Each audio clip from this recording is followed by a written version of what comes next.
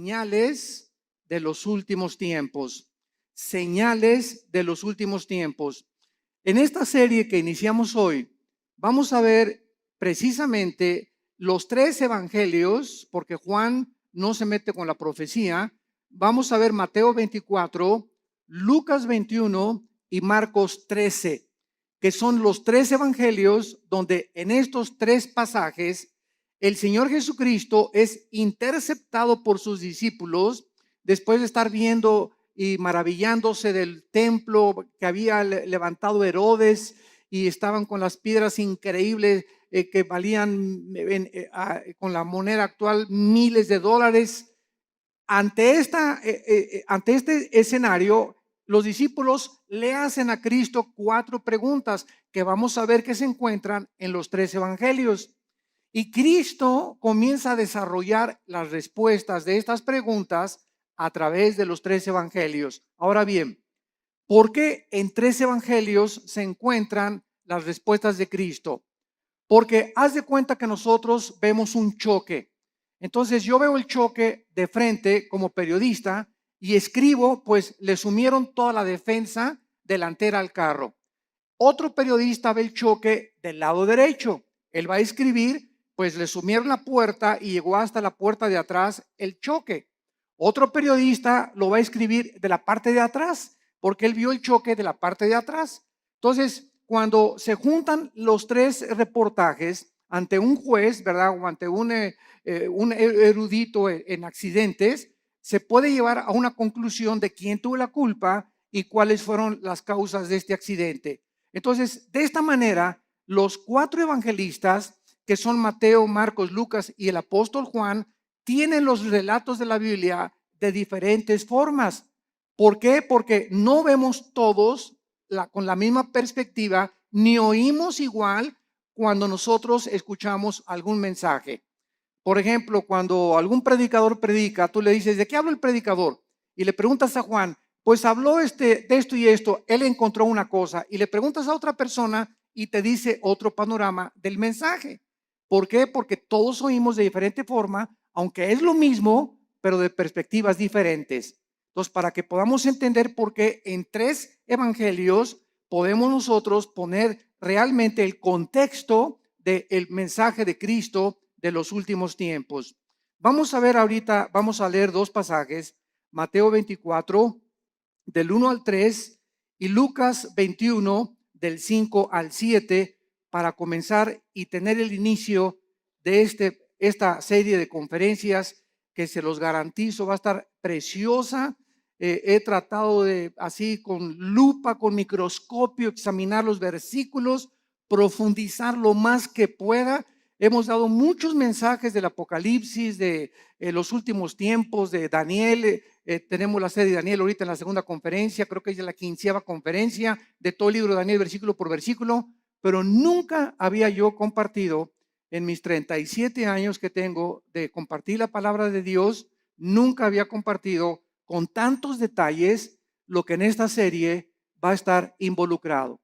Así que está garantizado, ¿verdad?, que va a ser un estudio hermoso que nos va a dar muchísima luz y nos va a orientar claramente acerca de los últimos tiempos y las señales que debemos ya estar esperando para no confundirnos con tantos falsos profetas, tantos falsos apóstoles, tantos falsos milagros, y la cristiandad está, ¿verdad?, perdida por todos lados.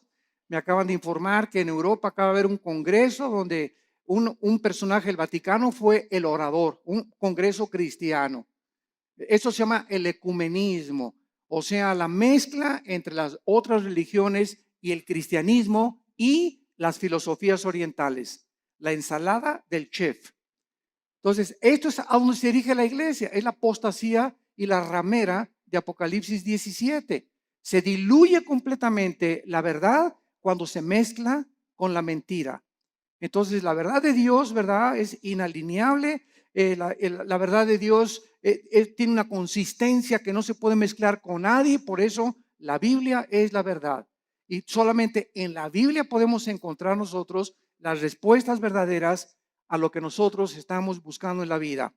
En Mateo 24, versículos del 1 al 3, Dice así: cuando Jesús salió del templo y se iba, se acercaron sus discípulos para mostrarle los edificios del templo. Respondiendo él, les dijo: ¿veis todo esto? De cierto les digo que no quedará aquí piedra sobre piedra que no sea derribada. Y estando él sentado en el monte de los olivos, los discípulos se le acercaron aparte diciendo: dinos, ¿cuándo serán estas cosas? ¿Qué señal habrá de tu venida y del fin del mundo? Respondiendo él les dijo: mirad que nadie los engañe. Veamos ahora en Lucas capítulo 21, versículos del 5 al 7, la otra perspectiva de Lucas, de cómo oyó lo que Jesús dijo. Lucas 21, del 5 al 7. Y a unos que hablaban de que el templo estaba adornado de hermosas piedras y ofrendas votivas, dijo: en cuanto a estas cosas que veis, días vendrán en que no quedará piedra sobre piedra, que no sea destruida. Y le preguntaron diciendo: maestro, ¿cuándo será esto? ¿Y qué señal habrá cuando estas cosas estén para suceder? Lo primero que ahorita cualquier estudiante de la Biblia acaba de captar es que son preguntas diferentes. Y vamos a ver que hay 4 preguntas, hay otras en Marcos, pero unas están relacionadas con la destrucción del templo. Esto es muy importante. Vamos a comenzar ya a explicar esto. 2 preguntas están relacionadas con la destrucción del templo y 2 preguntas están relacionadas con las señales antes de que Cristo regrese. Entonces, el Señor Jesucristo estaba en el templo el día antes de su muerte, todo el día, y antes de su arresto. Y los líderes religiosos de Israel en este momento no dejaron un solo minuto en atacarlo, en lanzarle preguntas capciosas. Y aquí ya estaba completamente determinado que los líderes de Israel rechazaron completamente al Mesías. Y al finalizar este día, algo quedó muy claro: Israel rechazaba a Jesucristo como el Mesías. Y después de abandonar el templo, entonces él anuncia lo que acabamos de leer.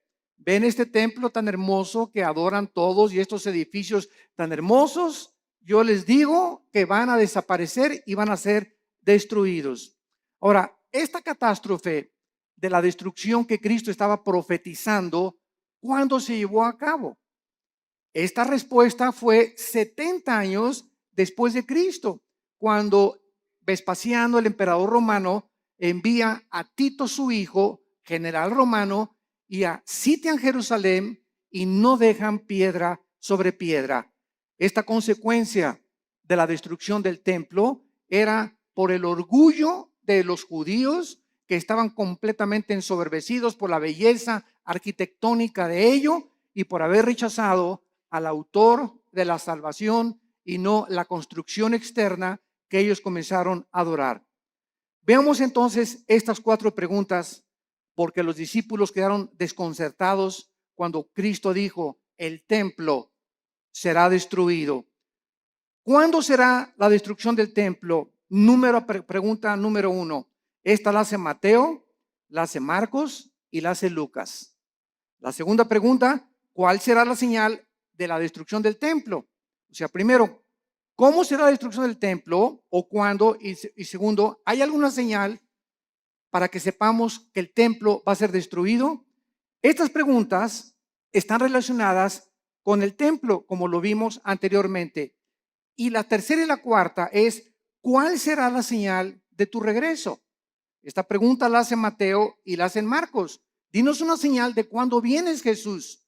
Y la cuarta pregunta: danos una señal de que estamos en los últimos días, de que nos encontramos nosotros ahora en esta generación. Y estas preguntas, como dijimos ya, están divididas en los 2 grupos. Las primeras 2 relacionadas con la destrucción del templo que tuvieron lugar después de la primera venida de Jesucristo hace 2000 años. Entonces, las primeras preguntas son relacionadas después de que Cristo murió, y las otras 2 se van a cumplir antes de que Jesucristo regrese. Pero noten ustedes en Mateo 24, antes de que Cristo diga cualquier señal, esto es asombroso, la advertencia que les hace. Antes de contestar las preguntas proféticas, hace una advertencia a Jesucristo. Mateo 24, versículos 4 y 5. Respondiendo Jesús les dijo, miren que nadie los engañe. O sea, él no responde ninguna de las 4 preguntas todavía.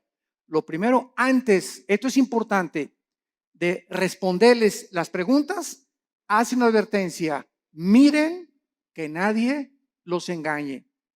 Porque vendrán muchos en mi nombre diciendo, yo soy el Cristo, y a muchos engañarán.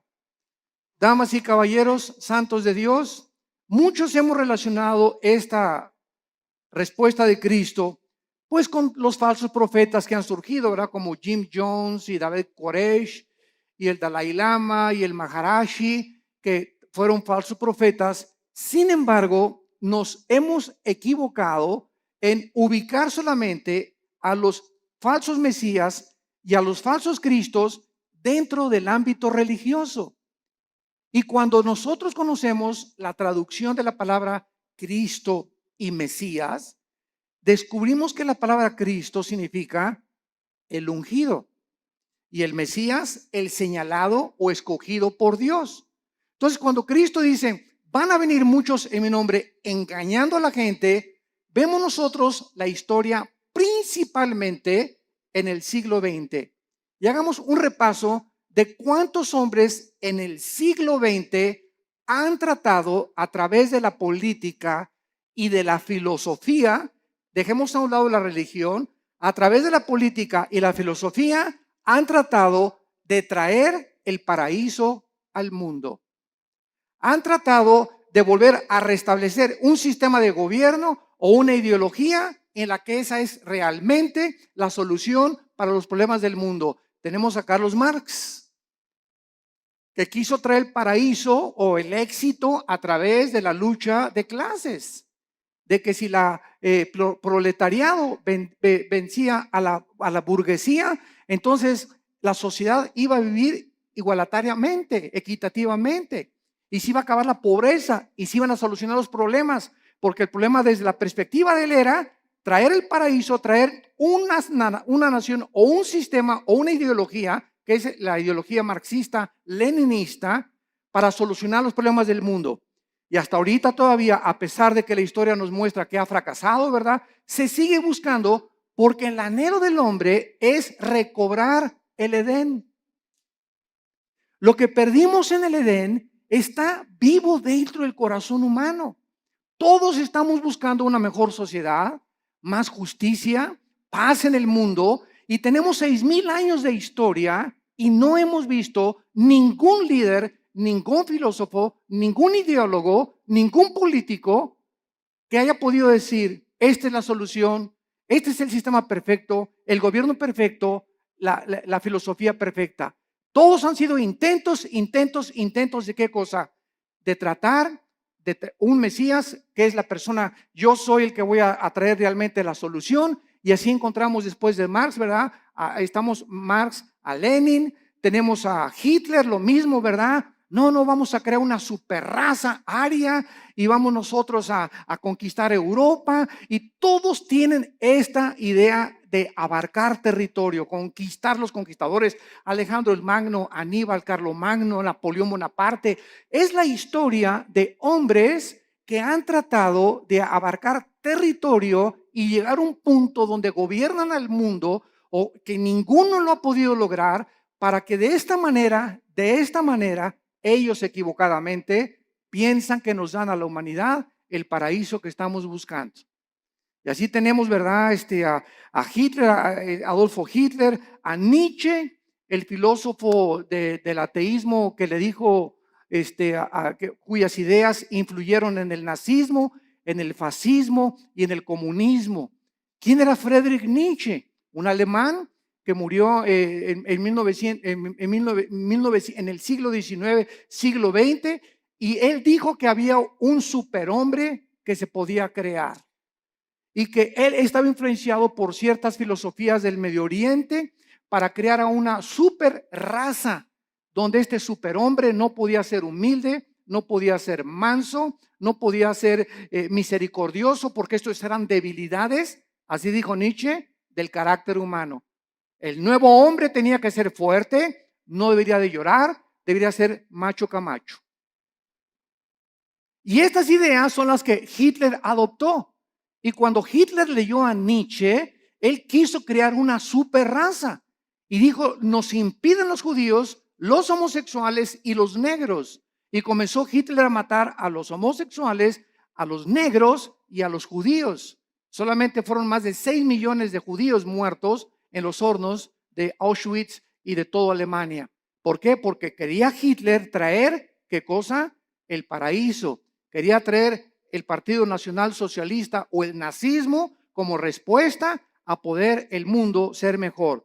Y así tenemos también a Muammar Gaddafi, el ex líder y dictador de Libia, que derribó un avión con 250 pasajeros saliendo de Inglaterra y que tenía un ejército de 20 o 25 guardaespaldas mujeres. Y cuando estaba solo con ellas, las golpeaba, las violaba, las drogaba a todas. Gaddafi se cambiaba 3 veces de ropa al día. En la mañana se vestía de capitán de barco, al mediodía se vestía de árabe y en la noche se vestía de africano. Era un hombre con múltiples personalidades. Era un hombre, ¿verdad? Cruel, sanguinario. Mató a su pueblo, persiguió a su pueblo y murió igual que Hussein, ¿verdad? Como un animal metido en un tubo, lo sacaron y lo violaron. Cuando lo sacaron del tubo y en la ambulancia le dieron un balazo en la cabeza.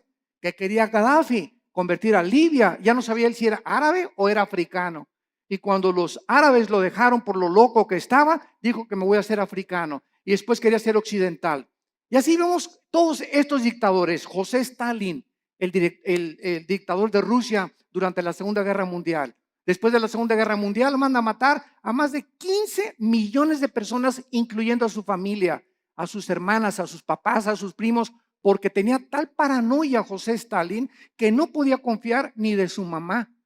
Entonces vemos todos estos hombres en su perfil psicológico trayendo el paraíso al mundo, colocándose como Mesías y síganme a mí y yo soy el papucho de los papuchos. Y así tenemos, ¿verdad? Al Maharishi, también los filósofos orientales, el Maharishi que cuando los Beatles, el famoso grupo inglés, en los 60s, a principios de los 70s, viajaron a la India. John Lennon viajó a la India y allá conocieron al Maharishi, las filosofías orientales. Y cuando John Lennon regresó de la India, trajo la marihuana a Inglaterra. Y entonces comenzó a publicar así como si fuera un chiste. Fumamos marihuana.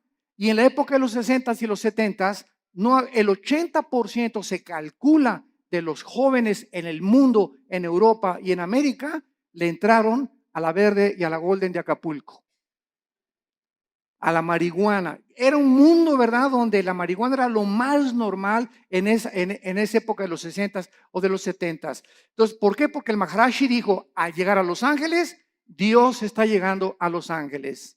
Y él fue el que le dijo a John Lennon, porque John Lennon, una semana antes de que lo asesinaran en su edificio en Nueva York, John Lennon dijo a los periodistas, una semana antes, yo soy más famoso y más grande Mesías que Jesucristo.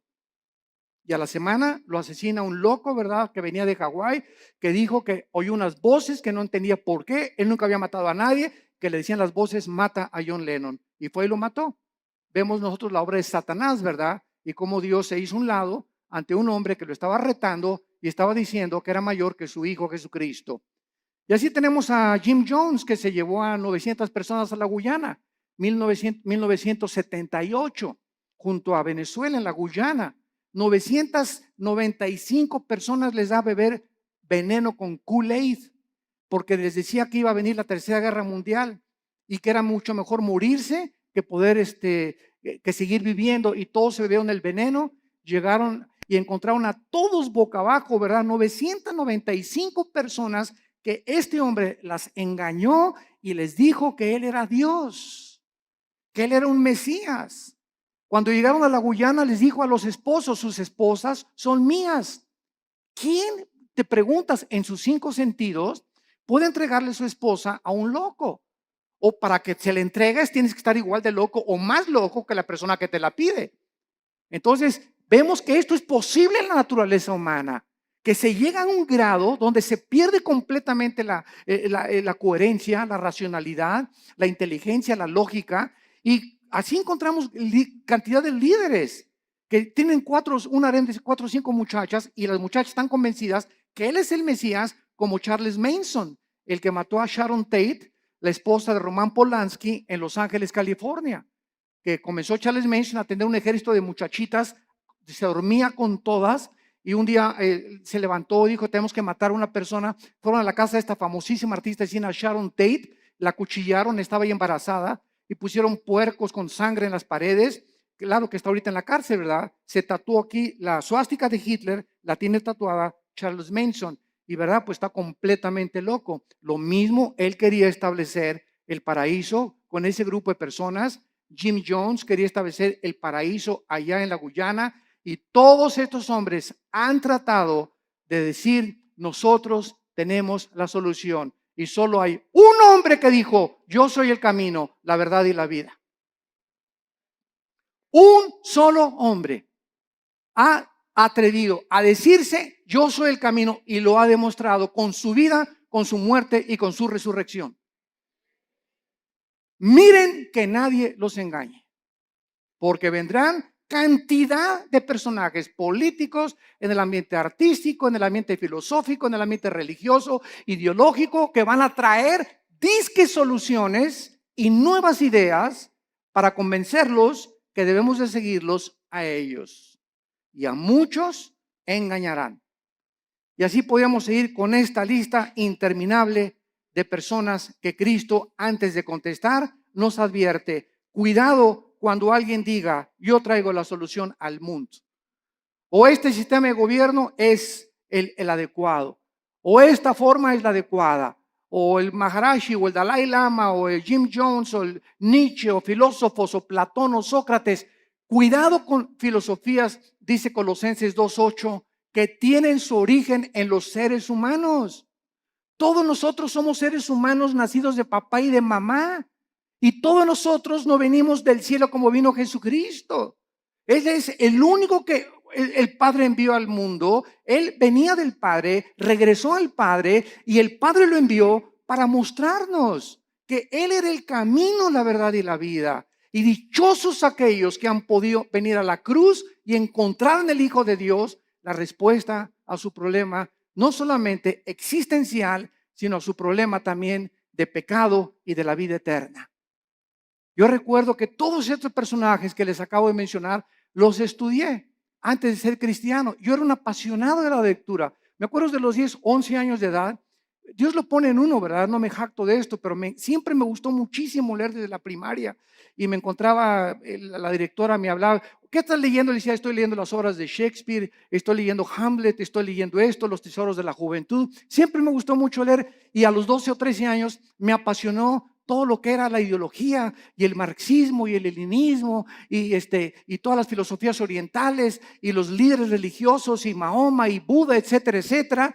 Y después de leer todo eso que leí, ¿verdad?, me encontraba a los 24, 25 años de edad completamente confundido, en un problema existencial tremendo. Me traté de quitar la vida más de 2 veces, ya no quería seguir viviendo, no encontraba la respuesta. Me di cuenta que este sistema era una hipocresía, que esta era una hipocresía, que las religiones eran una hipocresía, hasta que encontré a mi hermano Alejandro, que me dijo: Armando, quiero presentarte a un hombre. Le dije: ¿quién? Los he estudiado a todos. Y mi hijo se llama Jesús de Nazaret.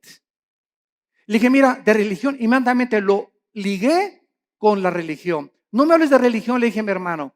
Y mi hermano me contestó, Alejandro, que es pastor también, me dijo: no te vengo a presentar ninguna religión, te vengo a presentar un hombre, el único en la historia que ha dicho que es la resurrección de la vida, y el único que puede entrar a tu vida porque está resucitado, y su tumba está vacía, y puede cambiar tu manera de vivir y darte una nueva orientación, un nuevo enfoque, una nueva perspectiva, verdaderamente, para que descubras el propósito y la razón de tu vida. Y pues comencé a estudiar la Biblia. Y me acuerdo un día, ¿verdad? En 1974, caí de rodillas a las 5:30 de la mañana. Y le hablé a mi hermano Alejandro: y ven por mí, llévame con ese misionero que te habló de Cristo. ya no puedo. Y me acuerdo que en 1974 a las 5:30 de la mañana estaba en la oficina de este misionero bautista norteamericano, caí de rodillas, él mostraba la Biblia, la paga del pecado y la muerte, la vida eterna es de Jesucristo. Y cuando me comenzó a enseñar así la Biblia, sentí, ¿verdad? Como que saltaban las páginas y al ver así la Biblia, como que las letras se salían y sentí algo que nunca había sentido y sentí una convicción de pecado, de lo sucio que estaba y de lo endemoniado que al Gadareno haber sido Pinocho junto con los que yo traía, que caí de rodillas llorando y le dije, Señor, perdóname, si tú eres el Cristo y eres la razón por la cual yo nací y realmente tú tienes la respuesta a mi problema existencial, te prometo que te sigo con todo mi corazón. Y en ese momento yo había llegado al final de mi búsqueda. Ya no tenía a nadie a quien buscar. Lo que realmente, el vacío que tenía yo, el vacío que han tenido todos esos líderes, el vacío que existe en la gente, es el vacío que solo Jesucristo puede llenar en tu vida y en tu vida y en tu vida. No hay nadie más, ni sigas buscando más, porque vas a seguir una búsqueda completamente vacía y completamente que no te va a satisfacer jamás. Cuando tú llegues a Jesucristo, has llegado al hombre que realmente tiene las respuestas a tu problema de dónde venimos, quiénes somos y a dónde nos dirigimos. Y es maravilloso, ¿verdad? Cuando estudiamos a Jesucristo, que venimos a estudiar una persona que nos da respuestas que trascienden completamente la lógica y la inteligencia humana. Y precisamente como él dijo, mis pensamientos no son vuestros pensamientos, ni mis caminos son vuestros caminos. Al venir a la Biblia, nos estrellamos, chocamos con la mente de Dios porque no es nuestra mente. Y por eso el hombre natural, como dice 1 Corintios 2, no entiende las cosas de la Biblia. Y llegan por acá y, ay, ¿por qué tanta sangre? ¿Y por qué Dios mandó matar a los cananitas? Y aquí hay una contradicción. Y aquí hay esto. ¿Por qué? Porque en su mente, en su actitud, no están buscando la verdad. Están tratando de encontrar errores que existen en su limitación intelectual.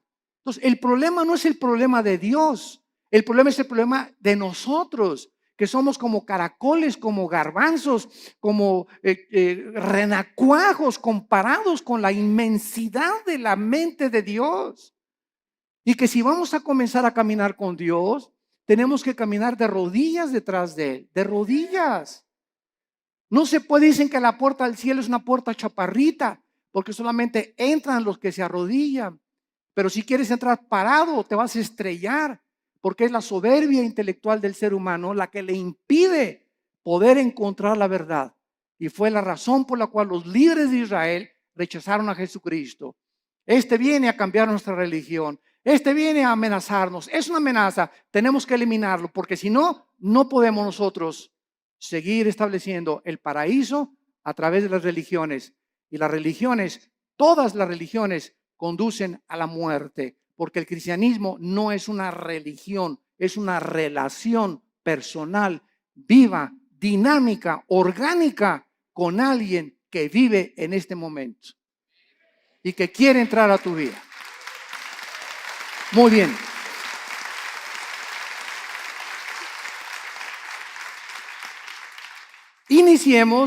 Iniciemos ahora las respuestas a las preguntas 1 y 2. Que recordamos están relacionadas con la destrucción del templo.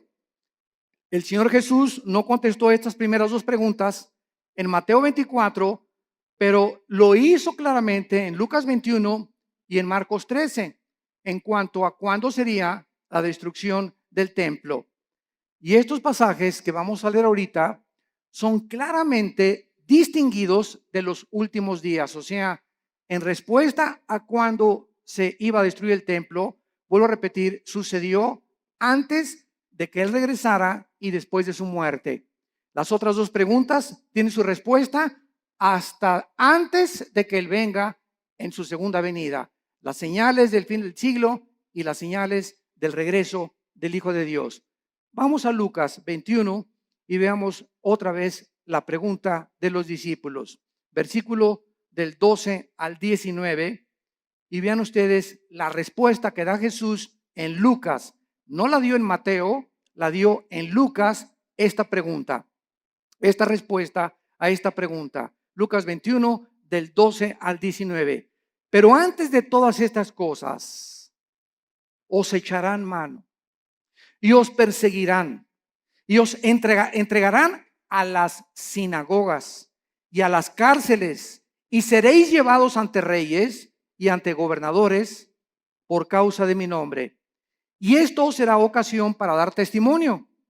Proponer en vuestros corazones no pensar antes cómo habéis de responder en vuestra defensa, porque yo os daré palabra y sabiduría, la cual no podrán resistir ni contradecir todos los que se opongan. Mas seréis entregados aún por vuestros padres y hermanos y parientes y amigos, y matarán a algunos de vosotros, y seréis aborrecidos por todos por causa de mi nombre, pero ni un cabello de vuestra cabeza perecerá. Con vuestra paciencia ganaréis vuestras almas. Muy bien, vemos nosotros que cuando no entendemos qué respuesta está dando Jesucristo, creemos que esto se aplica para nuestra época. Y esta respuesta de Cristo, ¿verdad? Estos versículos describen lo que sucedería antes de la destrucción del templo. O sea, entre la muerte de Cristo y la destrucción del templo pasaron 70 años, porque fue en el año 70 después de Cristo cuando el general Tito, los romanos, arrasaron Jerusalén. Entonces, Cristo está describiendo ahorita lo que iba a suceder inmediatamente después de su muerte y antes de la destrucción del templo.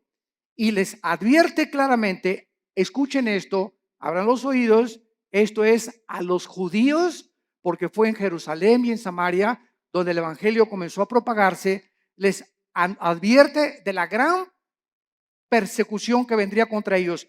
Noten el versículo 12 de Lucas 21 la palabra sinagogas. Aquí, por esta razón, esta palabra es una clave para descubrir que está hablándoles a los judíos, porque está diciéndoles, los entregarán sus propios hermanos. Los mismos judíos, vamos a verlo más tarde, en el libro de los Hechos, fueron los judíos los que comenzaron a perseguir a los seguidores de Jesucristo. Y veamos nosotros en Marcos 13, versículo 9, Marcos 13, 9.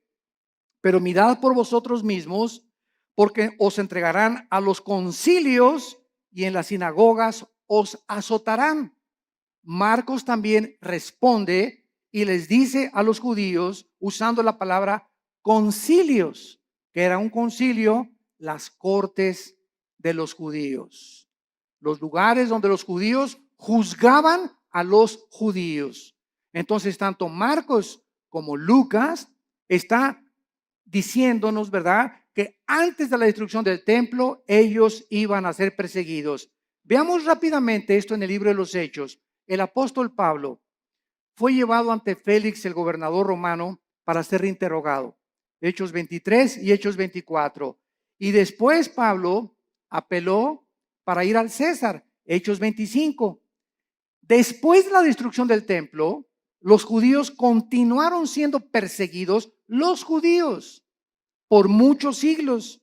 Pero miles de judíos se convirtieron a Cristo durante los primeros siglos. Veamos rápidamente algunos ejemplos. Hechos 2:41. Así que los que recibieron su palabra, está hablando de los judíos, fueron bautizados y se añadieron aquel día como 3,000 judíos convertidos inmediatamente después de la resurrección. Capítulo 4, versículo 4 del libro de los Hechos. Pero muchos de los que habían oído la palabra creyeron, y el número de los varones era como 5,000. De 3,000 se agregaron 2,000 más conversiones de los judíos. Capítulo 6, versículo 7. Y crecía la palabra del Señor, y el número de los discípulos se multiplicaba grandemente en Jerusalén, y los sacerdotes, muchos también de ellos, obedecían a la fe. Capítulo 21, versículo 21 del mismo libro de los Hechos. Y dice así: cuando ellos lo oyeron, glorificaron a Dios y le dijeron: ya ves, hermano, cuántos millares de judíos hay que han creído y todos son celosos por la ley. pero al mismo tiempo que miles de judíos se convirtieron, fueron también los mismos judíos los que comenzaron a perseguirles a ellos. Y amados santos de Dios, sucede lo mismo dentro del cristianismo. Los ataques más grandes que tenemos en la iglesia cristiana son de muchos que se dicen nuestros hermanos en la fe. Qué triste, ¿verdad? Yo ya llega un momento, ¿verdad? Que ya ni me meto a ver todas las cosas que sacan en internet, que un hermano atacó a otro y que este cantante le dijeron esto y que por aquí, por allá, y dando un espectáculo al mundo horrible, ¿verdad? Porque esto no debe de ser. La ropa sucia se lava en casa y la regla es entre nosotros. ¿Tienes algo contra ese cantante? ¿Tienes algo contra ese pastor? No lo ventanees. ¿Por qué? Porque damos mal testimonio al mundo. Ve con ese hermano o mándale un correo a ese hermano y dile, yo no estoy de acuerdo con esto y con esto por usted. Dígame si a lo mejor yo estoy equivocado. Porque muchas veces nos erigimos como jueces y como dueños absolutos de la verdad. No, y lo que tú declaraste, ¿verdad? Dice, ok, pues demuéstramelo con la Biblia. Y si me lo demuestras con la Biblia, lo acepto humildemente. Porque no hay un solo hombre más que Jesucristo. No ha existido nadie que sea perfecto, ni que tenga todo el horizonte de la verdad en posesión de él. Jeremías conocía algo de la verdad, Isaías otra cosa, Habacuc otra cosa, Zacarías otra cosa, Malaquías otra cosa, Lucas vio las cosas diferentes, pero todos teníamos o tenemos, ¿verdad?, la misma consistencia de la verdad y las mismas verdades esenciales, pero vistas de otras maneras. Hay hermanos nuestros que dicen, ¿verdad? Tú vas a su iglesia que necesitas hablar en lengua, si no, no tienes al Espíritu Santo. Así están viendo ellos algunos versículos que así les han enseñado y ellos no se han puesto a ver la verdad. Ves a otra iglesia de otra denominación y te dicen pues que el bautismo es a los niños y que de chiquito los puedes bautizar por aspersión. Así ellos ven el bautismo, otros no, ¿verdad? No, tienes que someterte debajo del agua para realmente ser bautizado conforme a la Biblia. Otras iglesias creen que los cristianos pueden tener demonios, otros dicen que un cristiano no puede tener demonios. Todas estas cosas no son esenciales. No, o sea, el día que estemos en el cielo, me voy a encontrar un hermano que me dijo que yo que tenía que hablar en lenguas y va a estar conmigo en el cielo. Me voy a encontrar a los hermanos que creían que tenía demonios y a los que no creían que tenía demonios. Me voy a encontrar en el cielo a los que dijeron que el bautismo del Espíritu Santo es una experiencia subsecuente a la conversión, que después de que te conviertes necesitas el bautismo del Espíritu Santo. Aunque yo no creo eso, ¿verdad? Hay muchos que lo creen, pero me los voy a encontrar en el cielo. ¿Por qué? Porque eso no es lo que nos va a salvar. Lo que nos salva es la sangre de Jesucristo. La salvación por la gracia de Dios y que sin ninguna obra de la ley recibimos nosotros el perdón de pecados. Mientras tú creas estas verdades esenciales, estas demás cosas en las que estamos peleando, ¿verdad?, no son esenciales. Y es importante que todos tengamos otra perspectiva, porque así la tenían los discípulos. Pedro y Juan le dijeron de a Cristo que caiga fuego del cielo y vamos a matar a estos infelices, ¿verdad? Los hijos del trueno, los hijos del Zebedeo les llamaron. Los otros discípulos no eran así. Pedro era arrebatado y Pedro era esto. Juan era todo lo contrario, todo calmado, todo tranquilo, retratado siempre en el pecho de Jesucristo, etcétera, etcétera. Tomás el Dídimo era agnóstico, ¿verdad? Y todo lo dudaba, pero ninguna de estas cosas les impidió que pudieran concentrarse, puestos los ojos en lo que es más importante, en Jesús, el autor y el consumador de nuestra fe. Muy bien. Y vemos ahora la otra pregunta en esta misma cuestionamiento que le hacen a Cristo. Ahora, ¿cuál será la señal de la destrucción del templo? Ya contestamos, ¿cuándo será? Cristo está diciendo, antes de que el templo se destruya, pasará esto y esto y esto y esto. Los van a perseguir, los van a echar de las sinagogas, los van a juzgar sus propios hermanos. Y ahora les voy a decir, ¿cuándo será esta señal? La historia nos confirma, esto es asombroso. La historia nos confirma que la Biblia es la palabra inspirada por Dios. Las profecías lo confirman, la genética lo confirma, la geografía lo confirma, la arqueología lo confirma, la antropología, la física, la química, la literatura y cualquier rama o cualquier disciplina que tú puedas estudiar confirma la veracidad y autenticidad de la inspiración del libro que tenemos estudiando en esta mañana. El levantamiento de los judíos contra los romanos ocurrió en el año 66 después de Cristo. Apúntalo. Ahí comenzó cuando los judíos comenzaron a tratar otra vez de liberarse del yugo de Roma, con la dramática derrota final en la famosa montaña del Masada. No sé cuántos de ustedes han ido a Jerusalén. Los que nos han acompañado en los viajes a Jerusalén, nunca dejamos a un lado Masada. Masada es una como montaña inmensa y nos suben por funicular. Nos suben por funicular y hasta allá arriba de Masada están los baños donde se bañaba Herodes, que tenía vapores y todo. Es como un cráter hasta arriba de la montaña. Y ahí los últimos judíos que fueron alcanzados por los romanos como no podían subir y hacer la guerra, los sitiaron, creo que fueron 4 o 6 meses, según el escritor romano Flavio Josefo y Plinio, que fueron escritores del primer siglo de la época cristiana. Y entonces los romanos los sitiaron y los dejaron morirse de hambre. O sea, pues ya se les acabó la comida, ¿verdad? Y se esperaron hasta que ya no tuvieran nada. Entonces los judíos, para que los romanos no subieran y violaran a sus esposas y mataran a sus hijos, se suicidaron. Se cortaron todos, ¿verdad?, con la espada y encontraron a más de 900 judíos ahí muertos. Fueron los últimos judíos que resistieron al imperio romano. El emperador Nerón se suicida en el año 68 después de Cristo, y Vespasiano, que era su principal general, ocupa el imperio de Roma. Vespasiano manda a Tito a que rodee Jerusalén y que acaben completamente con todos. Y no hubo ningún cristiano, escuchen esto, ningún cristiano mesiánico. O sea, de aquel tiempo, como ya vimos, había casi más de 5,000 convertidos. Ninguno de estos fue muerto en el sitio contra Jerusalén porque creyeron en las palabras de Jesucristo. Les salvaron de la masacre haber obedecido a Jesucristo. Ahora veamos también nosotros, ¿verdad?, que el término en Lucas 21:24, vayamos a Lucas 21:24, hay una profecía que hasta este momento se está cumpliendo.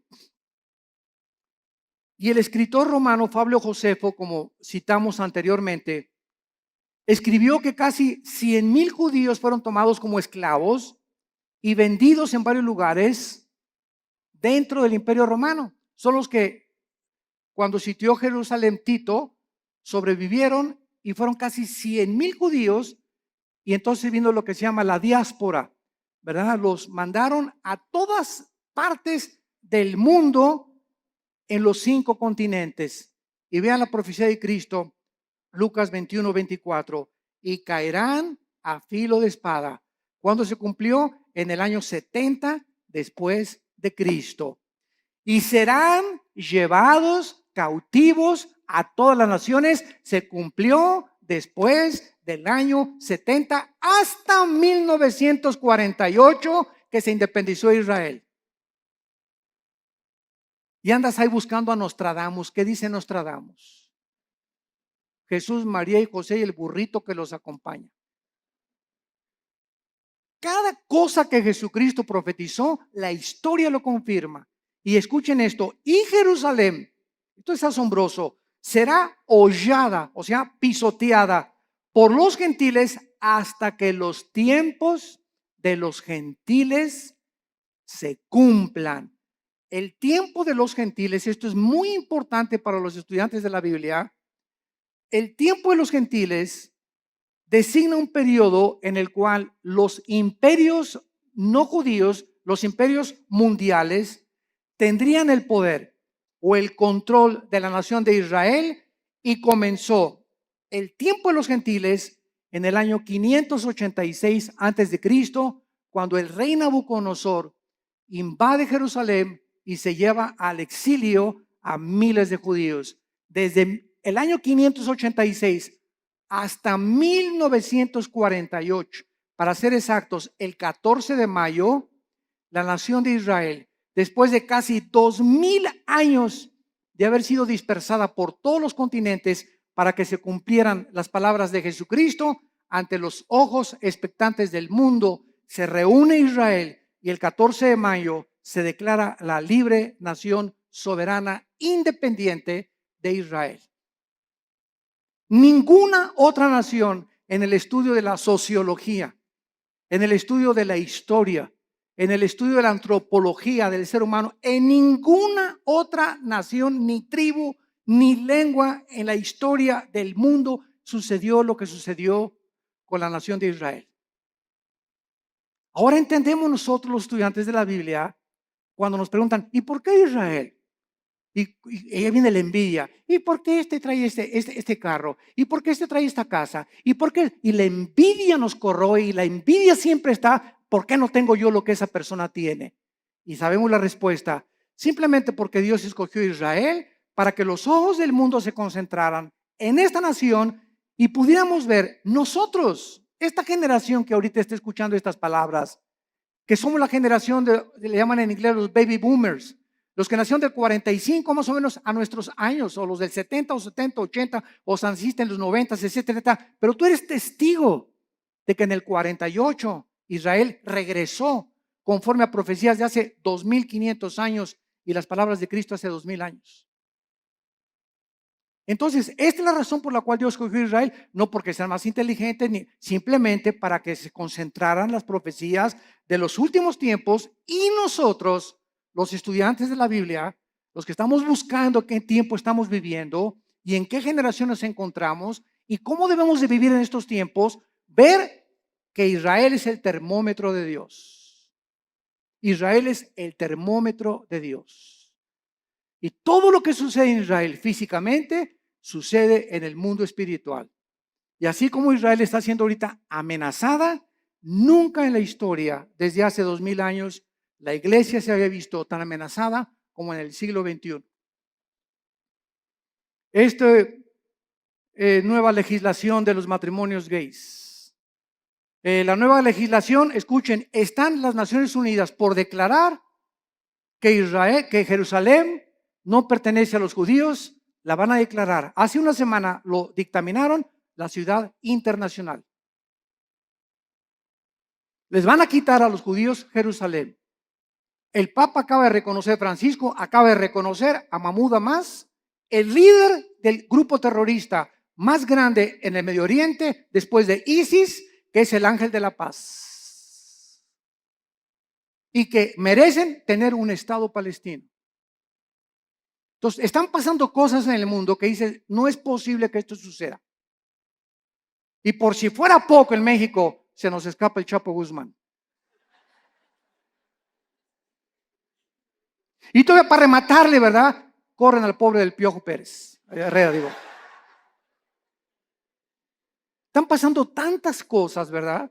Tanto en el ambiente deportivo, cuando el ambiente dices, no es posible, no es posible, no es posible, esto es posible. Y cosas así, ¿verdad? Yo recuerdo en 1960, 70, cuando declararon a Yasser Arafat el Premio Nobel de la Paz.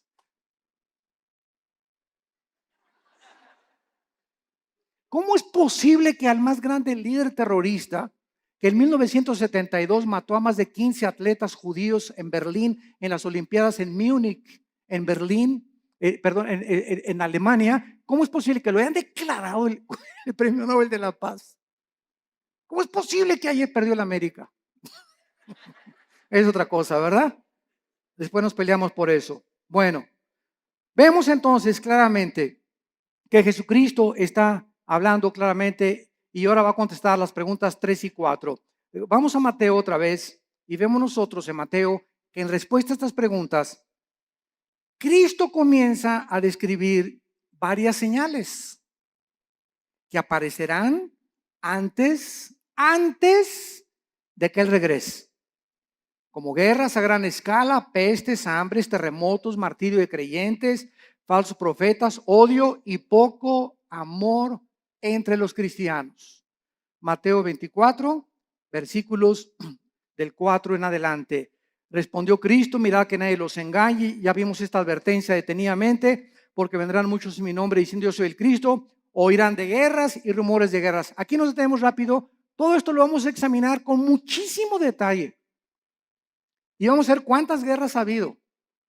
Porque muchas, no, guerras siempre ha habido. Muy bien, estoy de acuerdo contigo. Pero nunca hasta el siglo XX se formó la Primera Guerra Mundial. 1914-1917. No fue hasta el siglo XX. Y años después, en 1939 al 45, la Segunda Guerra involucra a las naciones del mundo. Y de la Segunda Guerra Mundial a nuestros días, que se formó la famosa Naciones Unidas para tratar de impedir bombas atómicas como las que soltaron en Hiroshima y en Nagasaki en 1945, ha habido más de 350 revoluciones y golpes de Estado. Y ahorita el mundo se encuentra al borde de una guerra nuclear.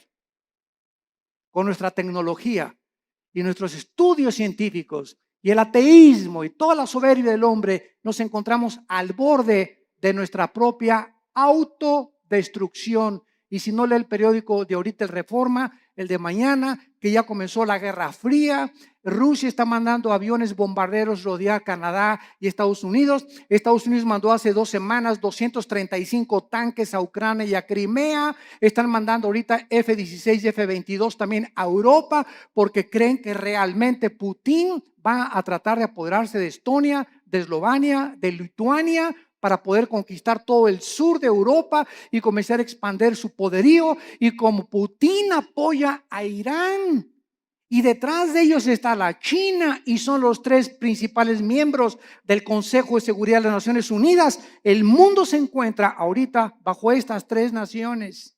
Estados Unidos es un cero a la izquierda ya completamente. Europa no puede intervenir porque el gas de Rusia, que provee el 65% a Europa, dependen del gas, dependen del petróleo del Medio Oriente. Y en el Medio Oriente, Irán, Rusia y China se encuentra ahorita la amenaza contra el mundo occidental, Europa y las Américas. Hay un vacío de liderazgo en el mundo. Una vez que Estados Unidos ha caído, ya no va a haber ninguna nación que defienda a otra. Queda la OTAN, la Organización de Países del Atlántico del Norte, para defender a algunas naciones. Las que no están en la OTAN no tienen con qué defenderse. Y está el mundo ahorita hirviendo ante la naturaleza humana, contestando la pregunta en Santiago 4, 1 y 2. ¿De dónde vienen las guerras? Dice Santiago 4, versículo 1 y 2, de las pasiones dentro de nosotros que combaten. ¿De dónde viene tu envidia por tu vecino? ¿De dónde viene tu envidia por los ricos? ¿De dónde viene la envidia o el desprecio de los ricos hacia los pobres? ¿De dónde viene el racismo? ¿De dónde vienen todas esas pasiones dentro de nosotros que son la soberbia, la ambición? Todas esas cosas que son negativas al alma y que te enferman en la mente porque estás viendo distorsionadamente la perspectiva humana. ¿De dónde viene? La Biblia nos da la respuesta: del pecado. De esa fuerza maléfica que está dentro de nosotros y que tiene que ser dominada únicamente por el Espíritu Santo. Y mientras tanto puedes ir a Alcohólicos Anónimos, Neuróticos Anónimos, Marihuanos Anónimos, al psicólogo, al psiquiatra. Puedes hacer todas las panaceas que estés buscando para poder encontrar que le quiten la locura a mi hijo, que cambien la marihuana a mi hija, que mi hija no sea prostituta. Podemos ir buscar miles de cosas. No hay nada en el mundo más que la sangre de Cristo que cambie el corazón humano. Todo lo demás son panaceas y esfuerzos inútiles de poder transformar al ser humano en un ser altruista, amable, considerado, perdonador, sin envidia, sin ambiciones, sin avaricia. Solo Cristo puede hacer este milagro en el corazón de los seres humanos. Dejamos hasta acá nuestro estudio y te damos las gracias, Señor, por tu palabra.